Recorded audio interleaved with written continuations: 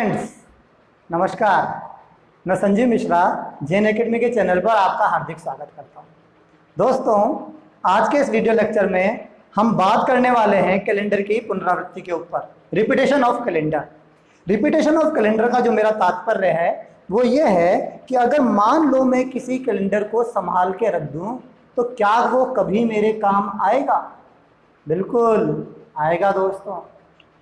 जैसे एग्जाम्पल के लिए मान लीजिए 2020 का जो कैलेंडर है, अगर मैं इसको आज रख देता हूं तो यह आने वाले कुछ सालों के बाद मेरे काम आ सकता है।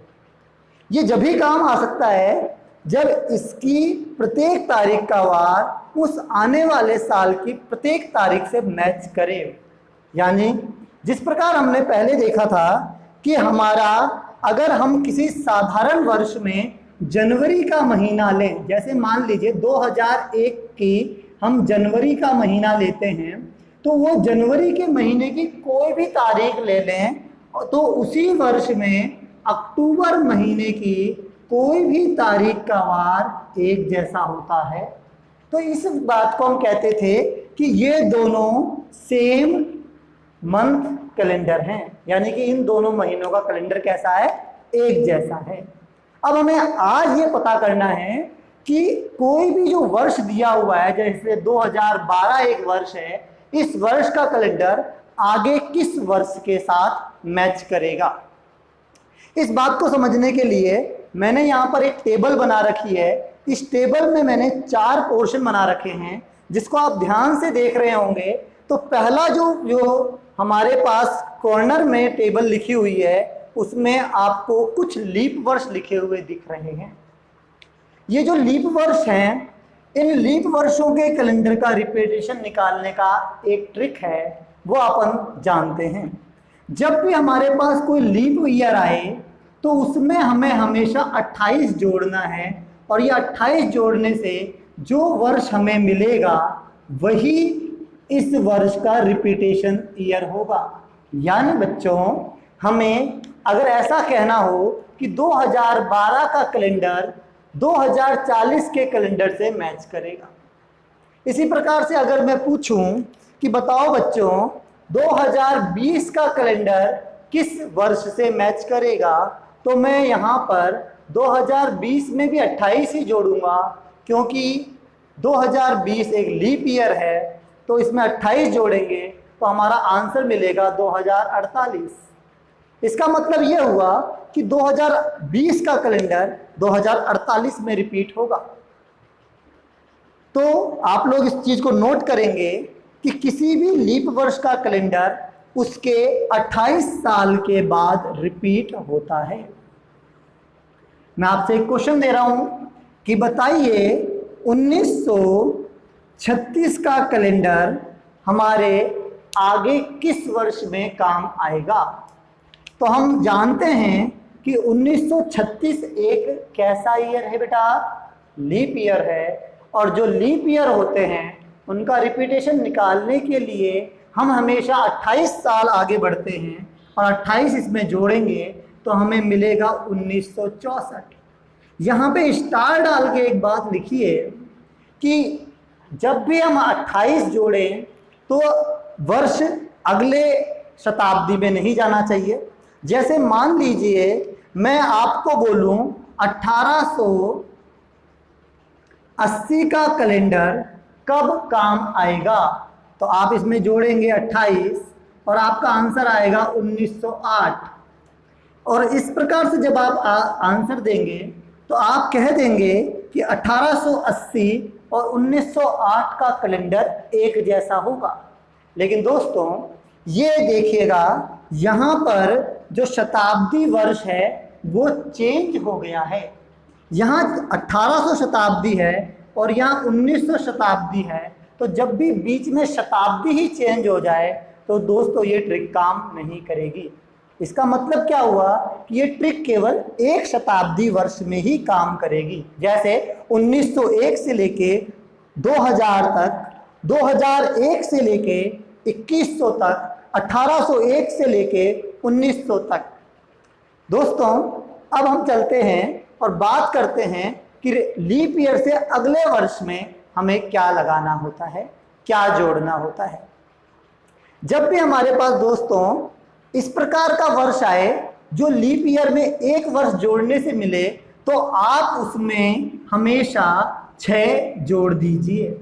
अर्थात 2013 जो कि एक ऐसा वर्ष है जो 2012 में एक जोड़ने पे मिला, 2012 यहाँ लीप ईयर है और एक इसमें जोड़ा हुआ है, तो हम कह सकते हैं ये इस प्रकार का वर्ष है जिसे हम लीप ईयर +1 बोलेंगे। लीप ईयर +1 वालों सालों में आप हमेशा जोड़ेंगे 6 साल, और 6 साल जोड़कर जो भी आएगा वो दोनों एक जैसे कैलेंडर ईयर बोले जाएंगे, और जो एक जैसे कैलेंडर ईयर होने हैं वो हमेशा एक ही शताब्दी के बीच में आने चाहिए। ये बात आपको मैंने स्टार डाल के लिखवा रखी है। आने वाले समय पे कुछ देर बाद मैं आपसे कुछ क्वेश्चंस पूछूंगा, देखते हैं आप उनका जवाब कैसा देंगे। क्वेश्चन है, बताइए 2017 का कैलेंडर कब रिपीट होगा? तो आप कहेंगे सर 2017 में 6 साल जोड़ दीजिए और आपको मिलेगा 2023, तो 2017 का कैलेंडर 2023 के कैलेंडर का जैसा है। दोस्तों अगर मैंने आपसे पूछा बताइए 1897 का कैलेंडर कब काम आएगा, तो अपन यहाँ जोड़ेंगे 6 और उत्तर देंगे 1903। दोस्तों ये जो आंसर आप दे रहे हैं कि 1897 का कैलेंडर 1903 में रिपीट होगा, ये बात गलत है, क्योंकि यहाँ पे शताब्दी चेंज हो गई है। फिर जोड़ दे के बोल रहा हूँ कि जब भी शताब्दी चेंज हो जाए तो आप ये ट्रिक ना लगाएं। उसके लिए मैं अभी थोड़ी देर में आपको बताऊंगा कि दोस्तों अब अपन देखते हैं लीप ईयर +2 वाले सालों में हम क्या करेंगे। पहले हम ये जान लें ये लीप ईयर +2 का मतलब क्या है। देखिए अभी हमने ये देखा कि लीप ईयर वो हम सब जानते हैं, लीप ईयर से अगले साल को मैंने कहा कि ये लीप ईयर +1 है। तो इसी प्रकार से अगर लीप ईयर से 2 साल आगे का कोई साल आ जाए तो हम उसको बोलेंगे लीप ईयर +2, और अगर कोई 3 साल आगे का साल आ जाए तो उसको हम बोलेंगे लीप ईयर +3। जैसे एग्जाम्पल के लिए अगर मैं आपसे पूछूं कि 1980 कैसा साल है, तो आप बोलेंगे सर 1980 तो लीप ईयर है। मैं बोलूँ 1981 कैसा साल है, तो आप बोलेंगे 1981 लीप ईयर में एक साल जोड़ने पे मिला है, तो ये लीप ईयर +1 है। अब मैं पूछूं कि 1982 कैसा है, तो 1982 लीप ईयर में 2 साल जोड़ने पे मिला है, तो ये लीप ईयर +2 है। तो अब आप समझ चुके हैं मैं कहना क्या चाह रहा हूँ। तो इधर देखेंगे कि 2014 जो 2012 में 2 जोड़ने पे मिला है, तो इसका मतलब ये लीप ईयर +2 के डिजाइन का साल है। इसी प्रकार से 2022 कैसा है बेटा, तो आप कहेंगे सर ये 2020 यानी लीप ईयर में 2 साल आगे जोड़ने पे मिला है, तो ये लीप ईयर +2 जैसा साल है। तो अब अपन को ये बात समझ में आ गई। तो जब आप लीप ईयर +2 का डिजाइन का साल देखें तो इसमें हमेशा 11 वर्ष जोड़कर आप रिपीटेशन ईयर निकालेंगे। जैसे क्वेश्चन बन गया बेटा 2014 का कैलेंडर आगे कौन से वर्ष में काम आएगा, तो हम एक ही सेकंड में उत्तर देंगे, 11 जोड़ देंगे और उत्तर होगा हमारा 2025। इसी प्रकार से अगर हम बोले 2018, तो 2018 भी जो है वो कैसा वर्ष है, तो हम बोलेंगे लीप ईयर +2 जैसा साल है, तो इसमें भी हम 11 वर्ष जोड़ दें और आंसर दे दें। अब हम जान लेते हैं कि लीप ईयर +2 में क्या करना है। तो जब भी हमारे पास लीप ईयर +3 ऐसा वर्ष आए तो इसमें भी हमें 11 वर्ष जोड़कर रिपीटेशन का ईयर निकालना है। फॉर एग्जाम्पल अगर मैं बोलूं 2015 का वर्ष का कैलेंडर आगे कौन से वर्ष में काम आएगा, तो हम 2015 में 11 जोड़ेंगे और हमारा उत्तर होगा 2026 में ये कैलेंडर रिपीट हो जाएगा। तो अब हम चारों तरह के सवालों की बात कर चुके हैं कि लीप ईयर अपने आप को 28 साल में रिपीट करता है, लीप ईयर से अगला जो ईयर होता है वो अपने आप को 6 वर्ष में रिपीट करता है, लीप ईयर से 2 साल आगे वाले साल हमेशा अपने आप को 11 साल में रिपीट करते हैं, और इसी प्रकार से लीप ईयर +3 वाले साल भी हमेशा अपने आप को 11 साल बाद रिपीट करते हैं। सावधानी की एक बात मैंने स्टार डाल के लिखा दी थी कि दोनों वर्षों की शताब्दी एक जैसी होनी चाहिए। जैसे यहाँ पे भी 1936 है, 1900 शताब्दी है, तो यहाँ भी जो शताब्दी है वो 1900 ही होनी चाहिए। अगर शताब्दी में डिफरेंस हो जाएगा तो आंसर गलत हो सकता है, जो आने वाले एग्जाम्पल में हम डिस्कस करेंगे। आप इसका स्क्रीनशॉट लीजिए। दोस्तों, अब मैं आपसे कुछ स्पेशल सवाल पूछ रहा हूं, बहुत सिंपल सी कुछ बातें पूछ रहा हूं। देखिए यहाँ पे 1565 से और यहाँ पे 1665 जो मैंने लिखा हुआ है, तो अगर मैं आपसे ये पूछूं कि 1565 से 1665 तक जाने में कितने साल लगेंगे, तो आप कहेंगे सर 100 साल लगेंगे।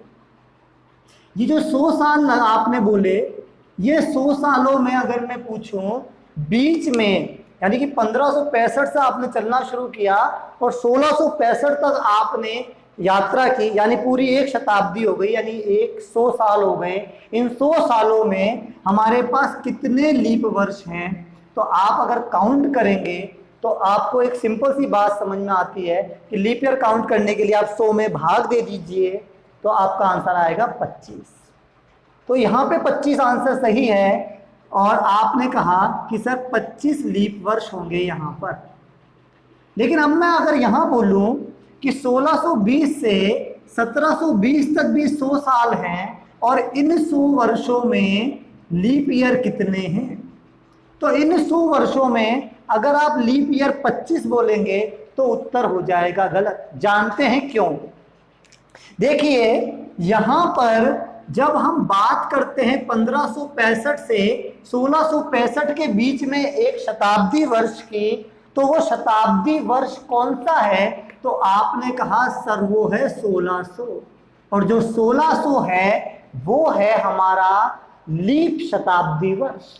तो हमारी लीप शताब्दी वर्ष होने के कारण 25 के 25 सारे के सारे लीप वर्ष गिने जाएंगे। लेकिन यहाँ पर जब मैं बात करता हूँ 1620 से 1720 के बीच में, तो हमारे पास शताब्दी आती है 1700, और 1700 एक साधारण वर्ष है। साधारण वर्ष होने के कारण लीप वर्ष एक कम हो जाएगा और हम यहाँ कहेंगे कि इस शताब्दी में 24 लीप वर्ष हैं। अर्थात कभी एक शताब्दी में, यानी कि 100 सालों में लीप वर्ष 24 होते हैं और कभी कभी लीप वर्ष 25 होते हैं। तो 25 कब होते हैं? तो 25 होते हैं जब वो शताब्दी ऐसी हो जिसमें लीप शताब्दी आ रही हो, और अगर साधारण शताब्दी वर्ष आ रहा हो तो उसमें हमें लीप वर्षों की संख्या हमेशा 24 ही रखनी है। अब आप मेरे को जवाब देंगे 1875 से 1975 के बीच में बताइए कितने लीप वर्ष हैं। तो हमारा उत्तर होगा सर 24 लीप वर्ष हैं, क्योंकि यहाँ पर 1800 से 1900 के बीच में जाने पर शताब्दी आएगी 1900, जो एक साधारण लीप वर्ष, साधारण वर्ष है। 2022 से 2021 के बीच की बात करूं तो शताब्दी आएगी 2100, और जो भी साधारण है और साधारण होने के कारण कुल लीप वर्षों की संख्या होगी 24। तो हम ये बात समझ चुके हैं कि हमारे पास अगर 100 वर्ष हैं तो 100 वर्षों में लीप वर्ष या तो होंगे 24 या होंगे 25। 25 जब होंगे जब वहां पर टोटल वर्षों के बीच में जो शताब्दी वर्ष है वो लीप हो, और अगर 24 लीप वर्ष हैं तो वो जब होंगे जब वहां पे बीच में शताब्दी साधारण हो। अब एक क्वेश्चन लिखें और उसका जवाब 1 सेकंड में देना है। क्वेश्चन है, बताइए 400 सालों में, कितने सालों में? 400 सालों में, 400 सालों में लीप वर्षों की संख्या बताइए। क्वेश्चन समझ चुके होंगे आप। तो आप अगर कहीं से भी शुरू करते हैं, आपको पूरे 400 साल चलने हैं। अब अपन बात करते हैं कि 1601 से स्टार्ट करते हैं तो 1700 तक जाएंगे। ये 100 साल हो गए और इन 100 सालों में बेटा लीप वर्ष कितने होंगे? तो हम कहेंगे 24। इसी प्रकार से आगे 1701 से 1800 तक में भी लीप वर्ष 24, 1801 से 1900 तक भी लीप वर्ष 24 और 1901 से 2000 तक जब हम जाएंगे तो लीप वर्ष कितने मिलेंगे? आप कहेंगे सर ये लीप शताब्दी वर्ष काउंट होगा और अब लीप वर्ष मिलेंगे 25। अगर हम इन चारों को जोड़ते हैं तो टोटल लीप वर्षों की संख्या हो गई 97 और यहाँ पर टोटल वर्षों की संख्या हो गई 400। अब जो प्रश्न देख रहे हैं अपन बोर्ड पर, इसमें लिखा हुआ है 400 वर्षों में 29 तारीख, 29 तारीख बोला है, लीप वर्ष नहीं बोला है यहाँ पर। 29 तारीख कितनी बार आती है? देखो बेटा यहाँ पे 29 तारीख अगर हम बात करें तो प्रत्येक साल में 29 तारीख 11 बार तो आती ही आती है। देखें जनवरी में 29 तारीख आती है, मार्च में भी 29 तारीख आती है, तो हम 29 तारीख की बात कर रहे हैं, हम 29 फरवरी की बात नहीं कर रहे हैं। तो हम ये बात जान रहे हैं कि अगर मैं बोलूं एक साल में 29 तारीख कम से कम कितनी बार? 11 बार तो आती ही आती है, अगर वर्ष कैसा हो? साधारण। लेकिन अगर लीप वर्ष हो तो लीप वर्ष में 29 तारीख कितनी बार आती है? 12 बार। लीप वर्ष में आती है 12 बार और साधारण वर्ष में आती है 11 बार। तो अगर मैं इस प्रश्न की बात करूं, ये पूछ रहा है कि 400 वर्षों में 29 तारीख कुल कितनी बार आती है?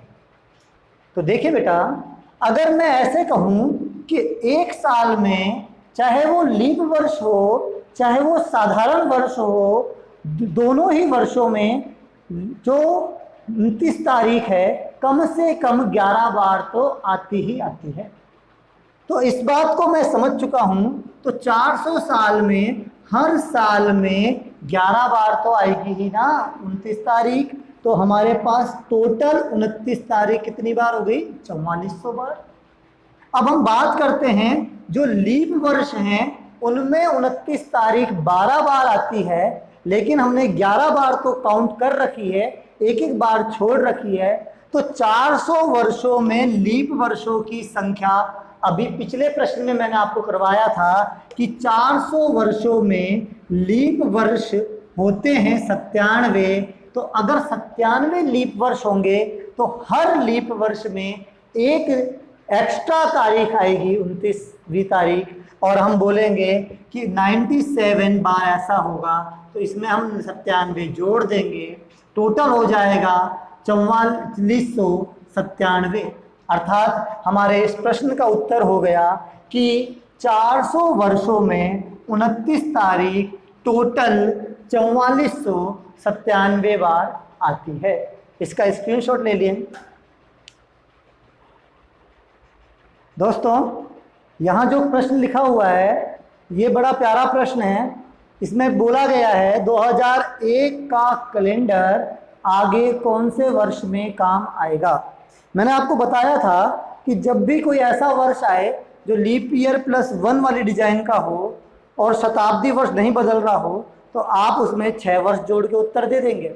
लेकिन अभी हम इसका बेसिक जानेंगे, क्योंकि अगले वाले प्रश्न में इसका बेसिक ही इम्पॉर्टेंट है कि ऐसा हम क्यों करते हैं कि हम कभी कभी 6 जोड़ते हैं, कभी 11 जोड़ते हैं। इसी को जानते हैं कैसे। देखिए यहाँ पे हमारा 2001 का जो कैलेंडर है, हम जानते हैं कि 2001 में 6 जोड़ने पर 2007 मिलता है, और हम कहेंगे कि 2001 का कैलेंडर 2007 में रिपीट होता है। लेकिन इसका बेसिक हमें समझना है कि ऐसा क्यों होता है। देखो बेटा, अगर मैं 2001 से 2002 में जाऊं तो यहाँ से यहाँ तक एक साधारण वर्ष बनेगा, क्योंकि बीच में चाहे फरवरी 2001 में आए या फरवरी का महीना 2002 में आए, दोनों ही केस में ये साधारण फरवरी होगी और अंतर बनेगा 365 दिन का। मैंने आपको बताया था ऐसे अंतर पे हम हमेशा एक दिन आगे बढ़ जाते हैं। इसके बाद अगर मैं 2002 से आगे बढ़ता और मैं 2003 पे जाता तो फिर अंतर बनेगा साधारण वर्ष का और मैं आगे बढ़ूंगा एक दिन। इसी प्रकार से 2003 से जब हम 2004 पर जाएंगे, अगर 2003 में फरवरी से पहले की तारीख है तो एक दिन या फिर 2 दिन, लेकिन अभी हम यहाँ पे एक दिन लिख लेते हैं। 2004 से 2005 पे जाने पर हम ये कहेंगे कि यहाँ पे अंतर बनेगा 2 दिन का, क्योंकि अगर फरवरी 2004 में आ रही है तो अंतर बनेगा 366 दिन का और हम 2 दिन आगे बढ़ेंगे। इसके बाद अगर मैं बात करूं 2005 से 2006 तक तो हम 365 दिन आगे बढ़ेंगे और एक दिन आगे बढ़ेंगे। इसी प्रकार से 2006 से और 2007 तक जाने में हम फिर से एक दिन बढ़ेंगे। अब हम यहाँ पे जो दिन मिल रहे हैं इन दिनों को ऐड करते हैं, इन सभी दिनों का जोड़ जो 7 प्राप्त हुआ। हम जानते हैं जब भी 2 वर्षों के बीच में अंतर 7 दिन का बनेगा तो ओड डे 7 में 7 का भाग देने पे बनेगा 0, अर्थात जो दिन इस वर्ष की किसी तारीख का होगा वही इस वर्ष की तारीख का वही दिन मिलेगा। तो हम बेसिक से जान पाए कि इन सवालों में हम 6 ही क्यों जोड़ते हैं। इसी बात को मैं अगले सवाल में आपसे डिस्कस करना चाह रहा हूं। 1997 का कैलेंडर आगे कौन से वर्ष में काम आएगा? तो अगर मैं इसको ट्रिक से कर दूं कि 1797 में 6 जोड़ दूं और बोल दूं 1803 तो मेरा उत्तर हो जाएगा गलत और परीक्षा में भैया 1 नंबर मेरे हाथ में आते आते क्या होगा बेटा? फिसल जाएगा। क्या ये फिसलना देना है? इंपॉर्टेंट ये है 1 नंबर भी हमें हमारे हाथ से जाने नहीं देना है। तो सवाल आजकल ऐसे डिजाइन के नहीं आते, सवाल आते हैं यहाँ से। हमें जान लेना है कि ऐसे सवालों में हमें क्या करना है। तो बेसिक से करेंगे, इसमें ट्रिक ना लगाएं, यहाँ ही पे ट्रिक लगाएं जब वर्ष दोनों एक ही शताब्दी में हो। यहाँ पे शताब्दी चेंज होने के कारण हम ट्रिक नहीं लगाएंगे। मैं जोर दे रहा हूँ इस बात पे, शताब्दी जब भी चेंज हो आप इस ट्रिक का यूज ना करें। देखते हैं कि 1797 से जब हम 1798 पे जाएंगे तो हमारे पास 1 वर्ष का अंतर बनेगा जो साधारण का बनेगा और हम एक दिन आगे बढ़ेंगे। 98 से 99 पे भी एक दिन आगे बढ़ेंगे। 99 से 1800 तक, 1799 से 1800 तक जाने पर बेटा अंतर जो बनेगा वो 365 दिन का ही बनेगा, क्योंकि यहाँ पर दोनों ही वर्ष साधारण हैं। तो हम यहाँ पर भी एक दिन ही आगे बढ़ेंगे। इसके बाद 1801 से 1802 तक जाएंगे, 1800 से 1801 तक जाएंगे, तब भी अंतर एक दिन का। 1801 से 1802 तक जाएंगे, तब भी अंतर एक दिन का। 1802 से 1803 तक जाएंगे, जब भी अंतर एक दिन का। 1803 से 1804 तक जाएंगे, जब जाके अंतर बनेगा 2 दिन का। और यहाँ तक जब मैं जाता हूँ तो 1 2 3 4 5 6 और मेरा अंतर 7 ना होके यहाँ पर अंतर हो जाता है 8 और यहाँ पर भी मेरा कैलेंडर रिपीट नहीं होगा। तो आगे बढ़ना पड़ेगा। 1804 से 1805 एक दिन और आगे, 1805 से 1806 एक दिन और आगे, 1806 से 1807 एक दिन और आगे, 1807 से 1808 एक दिन और आगे। अब देखें बेटा, 8 के बाद 1 जोड़ा 9, 10, 11 और ये अंतर हो गया आपका 12।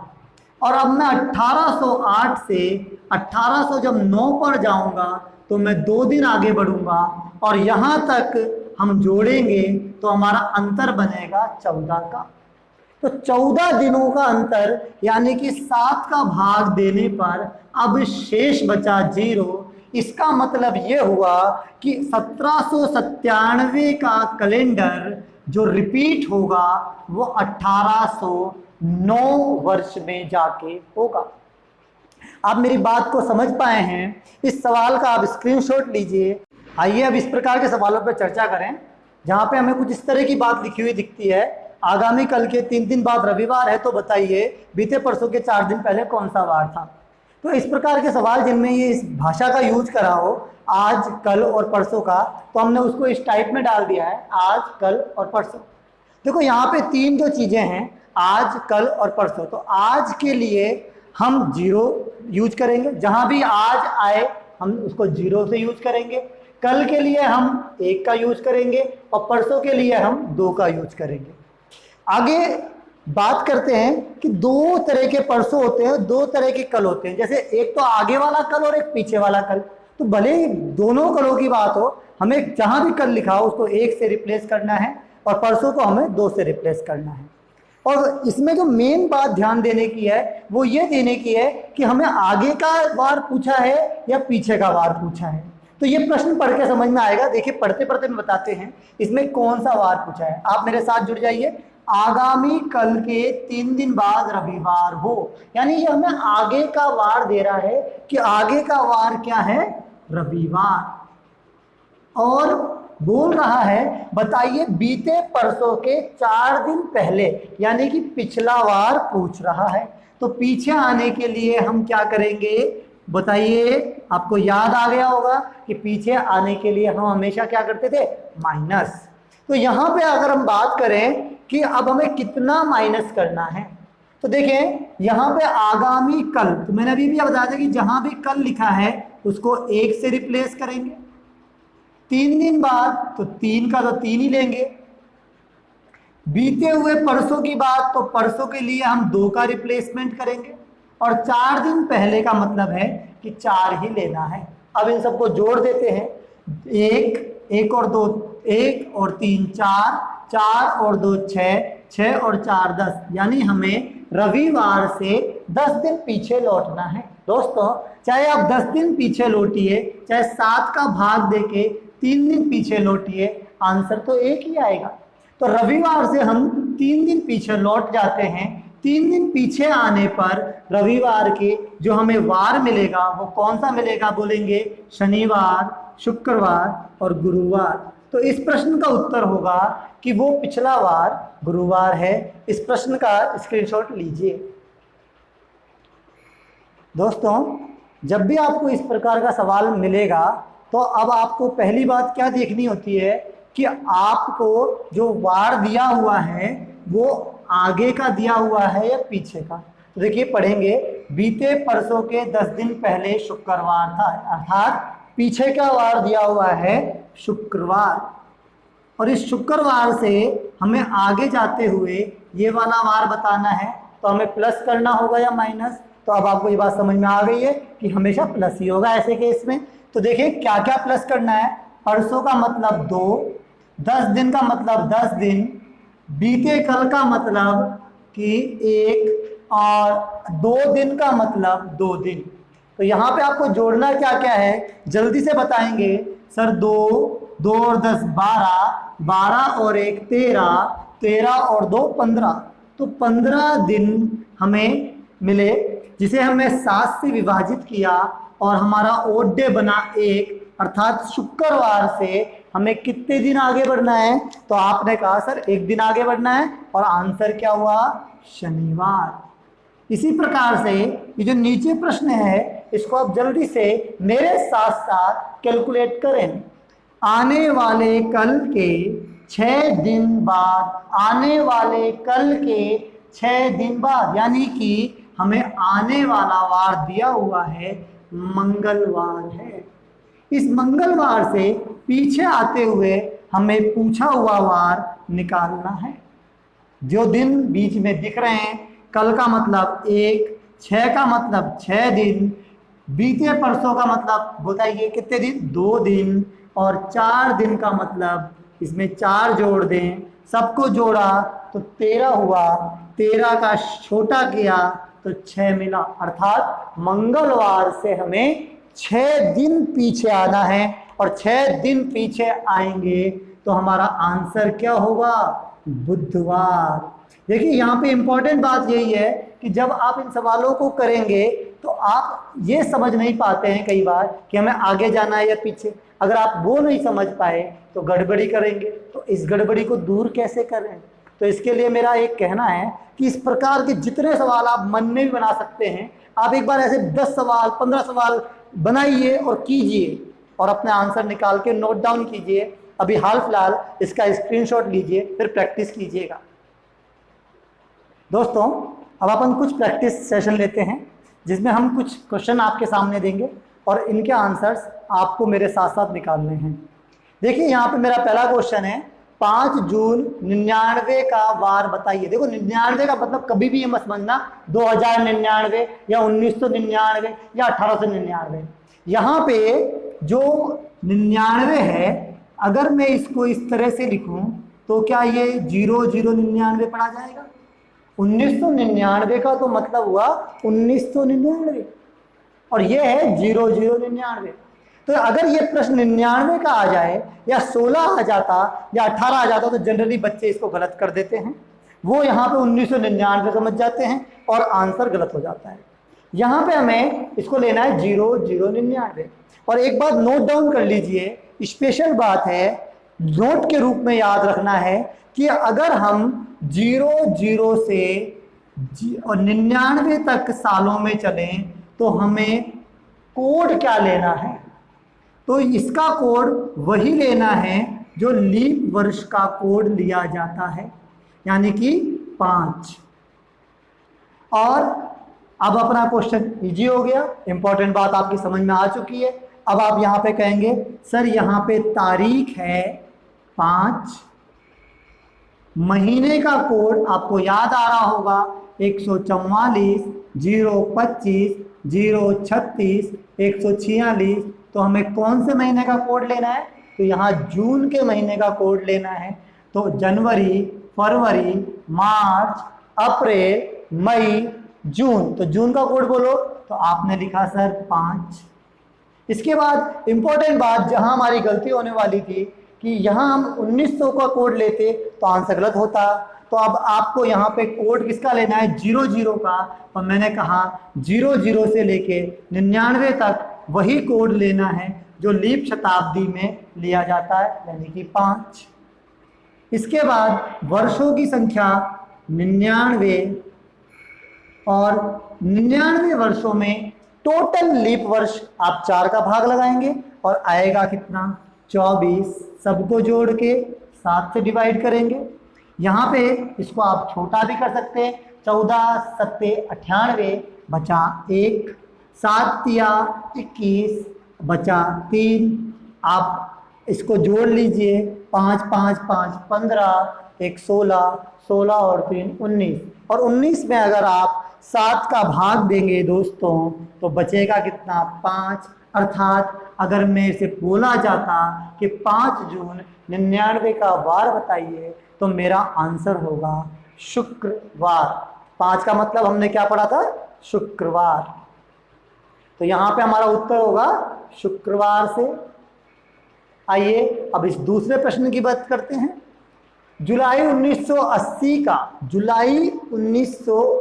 का कौन सा तीसरा मंगलवार कौन सी तारीख को पड़ा। तो हमें यही नहीं पता कि जुलाई का तीसरा मंगलवार कौन सी तारीख को आया है, तो हम इस प्रश्न में सोचने लग जाते हैं, अरे नहीं यार इसमें सोचने की कोई बात नहीं है। आप जुलाई की किसी भी तारीख का वार निकाल लो, और अच्छा है कि आप 1 जुलाई का वार निकाल लो। 1 जुलाई 1980 का वार देखते हैं। यहाँ पे जो हमारा सूत्र था, तारीख प्लस महीना कोड प्लस शताब्दी कोड, वो आपको लगाना है। तो आपने लिखा 1 जुलाई का कोड, ये देखिए ये लीप ईयर है और लीप ईयर में जुलाई का कोड चेंज तो होगा नहीं, तो अपन यहीं से ले लेते हैं जनवरी, फरवरी, मार्च, अप्रैल, मई, जून, जुलाई, यानी कि 0। 1900 का कोड बोलिए, तो 1900 का कोड आपको याद आ गया होगा 6, 80 साल, 80 सालों में लीप वर्षों की संख्या हुई 20 और भाग लगाया हमने 7 का। यहाँ पे 80 को हम छोटा करके क्या लिखते हैं, तो हमने बोला कि 12 सत्ते 84 और 11 सत्ते 77, तो 11 का भाग जाएगा और बचेगा 3 और 7 का भाग 2 बार और बचेगा 6। अब जोड़ दीजिए 1 और 6, 7 3 10 6 16 और 16 में 7 का भाग दिया तो शेष बचा 2। 2 का मतलब क्या, तो 2 का मतलब मंगलवार, यानी कि हमारा एक जो तारीख है जुलाई की वो पड़ी मंगलवार को। अब अगर 1 जुलाई को मंगलवार है दोस्तों, तो अगला मंगलवार यानी कि दूसरा मंगलवार कब होगा, तो आपका उत्तर आएगा सर 1 का, तो ये 8 जुलाई का मंगलवार होगा, तो और तीसरा जो मंगलवार है वो होगा 15 जुलाई का।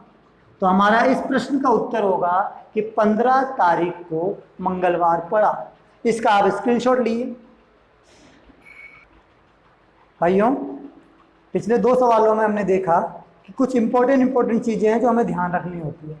हर सवाल में देखो कुछ ना कुछ ऐसा बारीकियां आपको ध्यान रखनी होंगी, क्योंकि देखो अब तक हमारे पास इतना मसाला हो गया है कि सीखने की चीज़ें हम सीख चुके हैं, लेकिन अप्लाई करते समय वहीं गलती हो जाती है।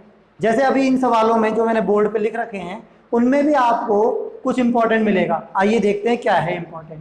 देखो यहाँ पे 6 नवंबर को क्या था, मंगलवार। 6 नवंबर को क्या था, मंगलवार। आपसे कह रहा है पिछला महीना का तीसरा बुधवार किस तारीख को पड़ा था। देखो बहुत इंपॉर्टेंट और बहुत प्यारा सा सवाल बन गया कि भाई 6 नवंबर को मंगलवार था, तो 6 नवंबर का हमें दिन पता है कि इसका दिन था मंगलवार। तो हम पिछले महीने का 31 तारीख का वार निकाल सकते हैं। जैसे यहाँ पे हम बात करें 6 का मंगलवार है, 5 4 3 2 1, तो ये कब पड़ा बोलो, सोमवार को। ये पड़ा रविवार, ये पड़ा शनिवार, शुक्रवार और ये पड़ा गुरुवार। तो 31 अक्टूबर का जो वार आपके पास में आया वो क्या आया, तो आपने कहा सर बुधवार आया। बात समझ में आ चुकी है कि हम 31 अक्टूबर का दिन निकाल चुके हैं। और हमें पूछा क्या गया है दोस्तों, तो पूछा गया है कि बताइए तीसरा बुधवार कौन सी तारीख को पड़ा था पिछले महीने में। हमें एक बात पता है कि अगर कोई महीना 31 तारीख का होता है, 31 दिनों का होता है, तो उसमें कुछ वार 5 बार आते हैं। कौन कौन से वार 5 बार आते हैं ये हमें याद हो जाए तो ऐसा सवाल हम चुटकियों में हल कर लेंगे। देखो 1 तारीख वाला वार 8 तारीख को और 15 तारीख को और 22 तारीख को और 29 तारीख को आता है। अर्थात 1 तारीख वाला वार हर महीने में जिसमें 29 तारीख आती हो उसमें कितनी बार आता है दोस्तों, 5 बार। इसी प्रकार से 2 तारीख वाला वार हमेशा कितनी बार, तो भैया ये आपको ध्यान रखना है कि 2 तारीख वाला वार भी हमेशा अगर महीना 30 दिन का है तो ये भी कितनी बार आता है, 5 बार। इसी प्रकार से 3 तारीख वाला वार ये भी हमेशा कितनी बार आता है, 5 बार, लेकिन महीना होना चाहिए 31 दिन का। अगर महीने में 31 दिन नहीं है तो ये वाला वार 5 बार की जगह 4 बार आएगा। आप समझ पा रहे होंगे। इसके बाद 4 तारीख, 5 तारीख, 6 तारीख और 7 तारीख वाले ये सभी वार कितनी कितनी बार आएंगे दोस्तों, तो आपका आंसर होगा सर ये तो 4-4 बार ही आएंगे। मैं इस बात को कंक्लूड करना चाहता हूँ कि 1 तारीख वाला वार 5 बार आता है, 2 तारीख वाला वार भी 5 बार आता है और 3 तारीख वाला वार भी 5 बार आता है। लेकिन 4, 5, 6 और 7 तारीख वाले वार हमेशा 4 बार ही आते हैं। अब इस चीज को हम यूज ऐसे करेंगे यहाँ पे कि 31 तारीख वाला वार जो 5वीं बार आया वो बुधवार है, तो चौथी बार ये कब आया? 24 तारीख को। और तीसरी बार ये बुधवार कब आया होगा? 17 तारीख को। तो हम यहीं से निकाल लेंगे, ये 5वां बुधवार है, ये इससे पहले हम जाएंगे तो हमें चौथा बुधवार जो मिलेगा वो 24 तारीख को मिलेगा, और इससे पहले हम जाएंगे 17 तारीख को जो हमें बुधवार मिलेगा वो हमारा कौन सा बुधवार होगा? तीसरा बुधवार। तो इस प्रश्न का उत्तर आया कि भाई हमारे पास इस तरह के सवालों में जब भी बोला जाए तो हमें ये सारणी याद रखनी है कि 1 तारीख, 2 तारीख और 3 तारीख वाले वार हमेशा कितनी बार आते हैं? तो ये वाले वार हमारे पास हमेशा महीने में 5 बार आते हैं। अब आप इस दूसरे सवाल को मेरे साथ साथ पढ़ें और इसका उत्तर निकालने की कोशिश करें। देखते हैं आप मेरे चक्रव्यूह में फंसते हैं या नहीं फंसते हैं। जो नहीं फंसा वो अर्जुन, और जो फंस गया वो दुर्योधन। देखते हैं अर्जुन कौन, दुर्योधन कौन। आइए, 3 मार्च को रविवार हो। 3 मार्च को क्या हो? रविवार। सेम सवाल। तो बताइए पिछले माह में दूसरा शनिवार किस तारीख को था? देखिए 3 मार्च का वार दे रखा है रविवार, और हमसे पिछले महीने का कौन सा दूसरा शनिवार पूछा है। हम इस सवाल को करने जाएंगे और बिल्कुल कर पाएंगे, लेकिन बेटा अगर आप इस सवाल को करते हैं और उत्तर देते हैं तो आप मेरे चक्रव्यूह में फंस चुके हैं। क्योंकि इस सवाल को जब हम करने जाएंगे तो हमें ये नहीं पता पड़ पा रहा कि पिछला जो महीना आएगा वो फरवरी का होगा, और जो फरवरी का महीना है वो 28 का है या 29 का। क्या ये पता पड़ रहा है आपको? क्या यहाँ पे कहीं भी दे रखा है कि ये 2004 है या 2008 है? तो अगर आप इसको 28 मानते हुए करेंगे तो भी गलत, और आप इसको 29 मानते हुए करेंगे तो भी गलत। तो सर फिर उत्तर क्या दें? तो बेटा ऐसे केस में जब भी आप फंस जाएं या आप निश्चित नहीं कर पाए तो आपका उत्तर होगा ज्ञात नहीं किया जा सकता, और ये ऑप्शन लास्ट में होगा और बाकी 2 ऑप्शन ऊपर पहले होंगे। और अगर आप चक्रव्यूह में फंस गए तो उत्तर गलत, यानी कि नंबर हाथ से फिसल गया। तो क्या फिसलने दोगे? मैं उम्मीद करता हूं फिसलेगा तो नहीं। अब से स्क्रीनशॉट लें, ध्यान रखें। आगे देखते हैं कुछ सवाल। दोस्तों बोर्ड का जो सवाल है बड़े ध्यान से पढ़ें और इसका उत्तर मन में निकाल के रख लें। देखते हैं कि आप इसका उत्तर क्या देते हैं। तो आपने मेरे साथ साथ पढ़ा, अंकुश 13 फरवरी 2014 को सोमवार को पैदा हुआ। कब पैदा हुआ? 2014 में 13 फरवरी को पैदा हुआ, और अपना अगला जन्मदिन सोमवार को ही मनाना चाहता है। कब मनाना चाहता है वो अगला जन्मदिन? सोमवार को ही मनाना चाहता है। और वो सोमवार को ऐसा कर पाए तो बताओ वो ऐसा कब कर पाएगा? तो आपने उत्तर जो निकाला, जहां तक मैं उम्मीद करता हूं आपने सबने उत्तर निकाल लिया होगा, और आपका उत्तर जो होगा वो आप ये कहना चाह रहे होंगे सर ये 2014 है, और 2014 कैसा वर्ष है? Leap year +2। और लीप ईयर +2 जब भी आपको मिले तो अपन ने एक ट्रिक सीखी थी कि उसमें हम 11 साल जोड़ देते हैं, और 11 साल जोड़ने पर हमें जो मिला वो मिला 2025, और हमारा आंसर हुआ 2025। लेकिन बेटा, दोस्त, भाई, मित्र, जो भी समझो, ये उत्तर गलत है, और वही हुआ जो नहीं होना चाहिए, यानी 1 नंबर फिसल गया हो। तो क्या फिसलना चाहिए? तो अगर आप उत्तर देंगे 2025 तो ये हो गया गलत, क्योंकि बेटा यहाँ पे आपकी समझ गलत काम कर गई। यहाँ पे कह रहा है कि वो अपना जन्मदिन ही मनाना चाहता है उस तारीख को और उस वार को। साल के रिपीटेशन की कोई बात आई नहीं। तो एग्जामिनर की इस भाषा को आप समझ नहीं पाए और आप अपना 1 नंबर खो चुके हैं। देखते हैं सही आंसर क्या है। देखो 13 फरवरी 2014 से अगला बर्थडे मनाएगा 13 फरवरी 2015 को। उसके बाद अगला बर्थडे मनाएगा 2016 में 13 फरवरी को। उसके बाद अगला बर्थडे मनाएगा 13 फरवरी 2017 को। फिर अगला बर्थडे 13 फरवरी 2018 को। फिर अगला बर्थडे 13 फरवरी 2019 को। और फिर अगला बर्थडे 13 फरवरी 2020 को।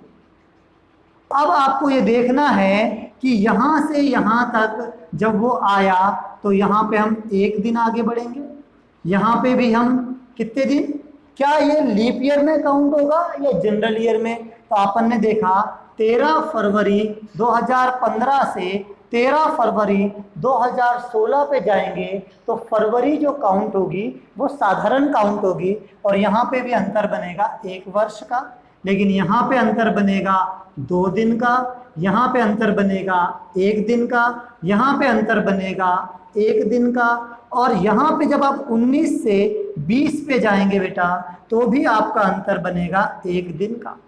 अब अगर मैं इन सब एक एक दिनों को जोड़ूं, 1 2 3 2 5 और 1 6 और 1 7, तो 2014 से 2020 तक आते आते गैप बन गया 7 दिन का। और 7 दिन का मतलब होता है 0, अर्थात वही वार जो 13 फरवरी 2014 को है वही वार कब अगली बार मिलेगा, तो वो मिलेगा 13 फरवरी 2020 को। अर्थात 13 फरवरी 2014 अगर सोमवार था तो 13 फरवरी 2020 भी सोमवार होगा। तो हमारे प्रश्न का सही उत्तर होगा 2020। अर्थात आपको जब भी वो इस तरह से बोले कि वह अपना जन्मदिन उसी तारीख को उसी वार को मनाना चाहता है तो आप उसमें पिछली ट्रिक को जो कि रिपीटेशन वाली थी वो ना लगाएं, बेसिक से इस सवाल को हल करें। 1 दिन 2 दिन, लीप ईयर में 2 दिन आगे बढ़ते हैं, जनरल ईयर में 1 दिन आगे बढ़ते हैं। उम्मीद करता हूँ ऐसे प्रश्न आप समझ पाए होंगे। इसका स्क्रीनशॉट लें। दोस्तों मैं उम्मीद करता हूँ कि आपको कुछ नया ज़रूर मिल रहा होगा, मज़ा भी आ रहा होगा, ऐसा मसालेदार आइटम मिल रहा होगा जो आपने पहले अभी तक नहीं पढ़ा हो, या आप जहाँ पे गलती करते हो उन गलतियों की समझ में आ रही हो। तो अगर आपको मज़ा आ रहा है या कुछ नया मिल रहा है तो इस चैनल को सब्सक्राइब करें, लाइक करें और शेयर करें, जिससे हमारा भी मनोबल बढ़े और हम आपको और अच्छे से अच्छा माल मटेरियल पढ़ाई का दे सकें और आपके साथ जुड़े रहें। आइए देखते हैं इस अगले प्रश्न को। इस प्रश्न में दिया हुआ है सुरेश का जन्म 4 अक्टूबर को 1990 में हुआ। 4 अक्टूबर को 1990 में हुआ कौन? तो भाई सुरेश। और महेश का जन्म सुरेश से कितने दिन पहले हुआ? 6 दिन पहले। अब ये कह रहा है कि भाई 6 दिन पहले यानी कि 4 अक्टूबर से आपको 6 दिन पीछे आना है, तो बड़े आराम से आ जाइए। 1 2 3 4 5 6, यानी हमें इस दिन की बात करनी है। तो ये वाला दिन हमारा क्या तारीख को पड़ेगा हम उस पर चर्चा करते हैं। तो यहाँ पे मैं कहूँ ये तारीख हो गई 3, ये हो गई क्या 2, ये 1, ये कौन सी तारीख हुई 30, क्योंकि अक्टूबर के महीने से पहले सितंबर का महीना आएगा और सितंबर के महीने की तारीख आएगी 30 सितंबर। और यहाँ पे 30 सितंबर और ये वाली तारीख पड़ी 29 सितंबर और ये तारीख पड़ी 28 सितंबर। यानी कि जिस दिन हमारे कौन से बाबू, महेश बाबू जन्मे, उस तारीख का वार था, वह तारीख थी 28 सितंबर। अब 28 सितंबर को महेश पैदा हुआ और उसी वर्ष स्वतंत्रता दिवस जो मनाया गया वो मनाया गया कब? अरे स्वतंत्रता दिवस बोल रहा हूँ तो याद आ गया होगा 15 अगस्त। तो 15 अगस्त मनाया गया मंगलवार को। भाई ये मंगलवार दे रखा है 15 अगस्त का और पूछ किसका वार रहा है? 28 सितंबर का। तो महेश का जन्म किस वार को? अब तो लॉजिक समझ में आ ही गया। अब आप एक झटके में उत्तर दे सकते हैं। मैंने आपको एक बार बेसिक समझा रखा है। 15 अगस्त से जब आप आगे चलेंगे तो अगस्त के महीने में आपके दिन बचे 16 और सितंबर में हमें जाना कहाँ तक है? तो आप कहेंगे सर 28 तारीख तक, तो हमारे दिन हुए 28। यानी अगर मैं 16 और 28 को जोड़ दूं तो मेरे को मिलेगा कितना?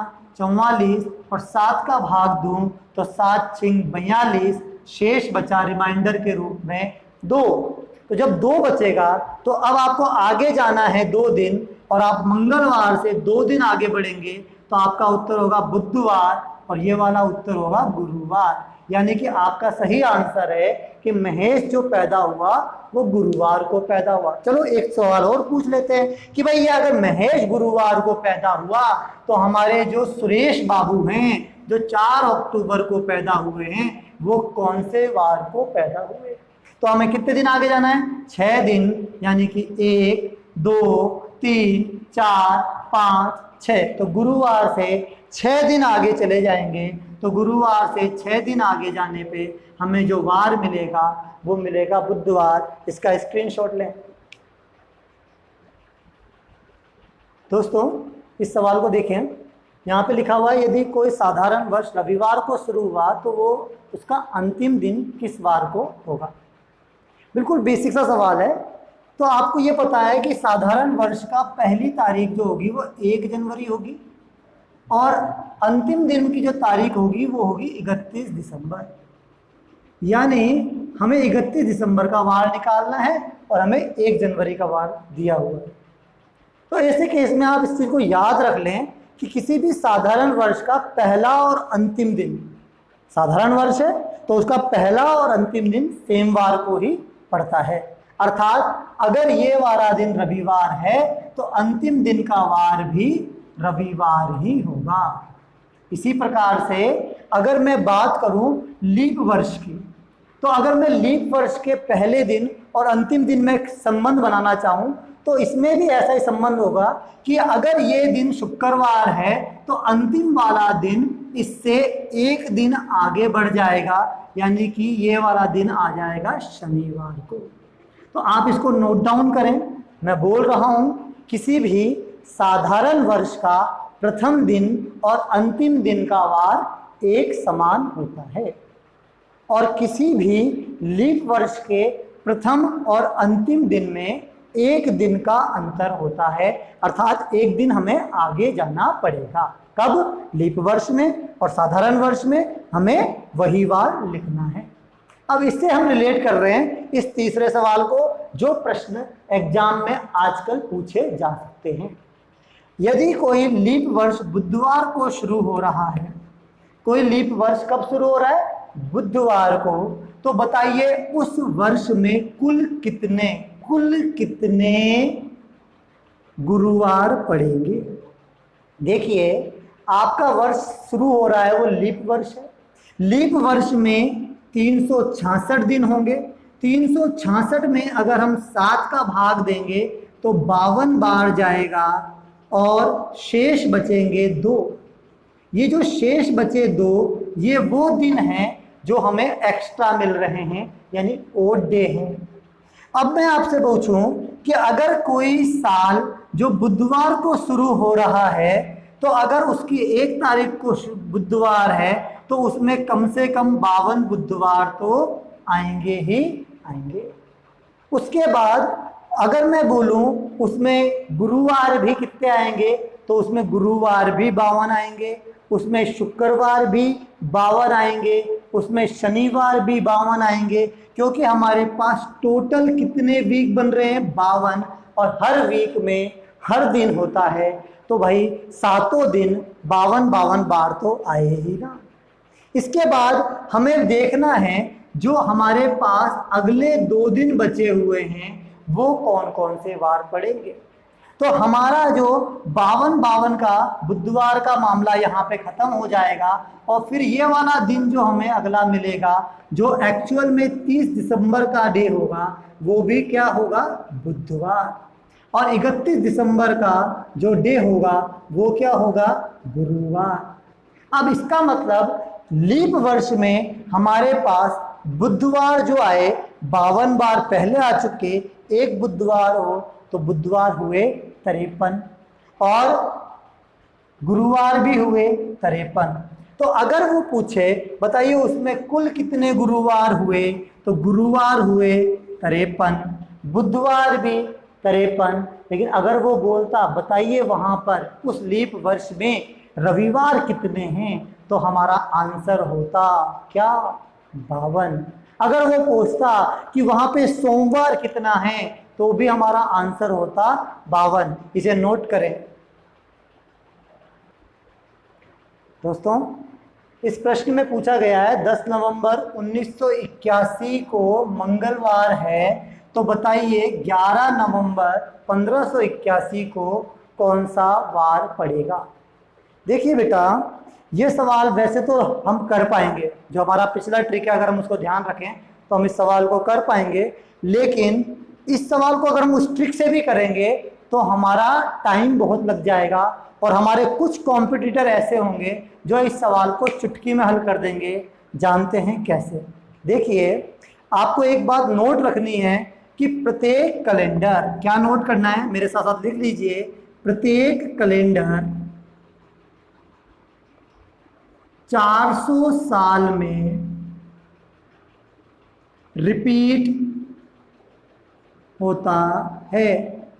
अर्थात मैं अगर किसी भी कैलेंडर की बात करूं तो हर कैलेंडर यानी कि हर तारीख अपने आप को 400 साल में रिपीट करती है। जैसे मान लीजिए आज 15 अगस्त 1947 है, तो 15 अगस्त 1947 का वार अगर मैं शुक्रवार बोल रहा हूं तो इससे 400 साल आगे यानी कि 15 अगस्त 2347 को भी शुक्रवार ही पड़ेगा। और इसके 400 साल पीछे बैक में भी यानी कि 15 अगस्त 1547 को भी शुक्रवार ही पड़ेगा।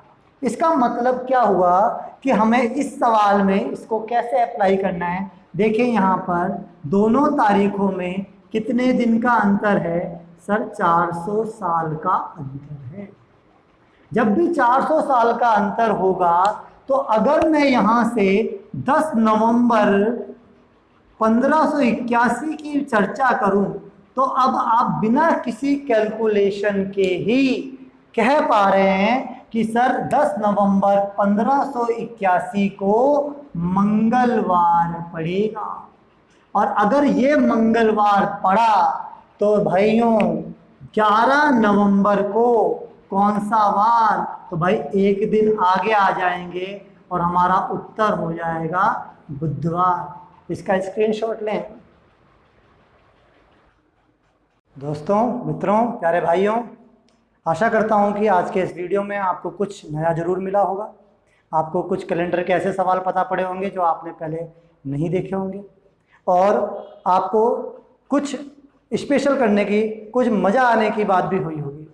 और अगर आपके साथ कुछ भी ऐसा हुआ हो, आपको कुछ नया मिल रहा हो, आपको आनंद आ रहा हो, तो आप इस वीडियो को लाइक करें, सब्सक्राइब करें और इस चैनल का उत्साहवर्धन करें, जिससे हम इस चैनल को आगे बढ़ाएं और आप मेरे साथ बने रहें, आपको मेरे नोटिफिकेशन मिलते रहें। इसके लिए लाइक के बटन पे एक बार, बेल आइकन के बटन पे प्रेस कीजिए। धन्यवाद।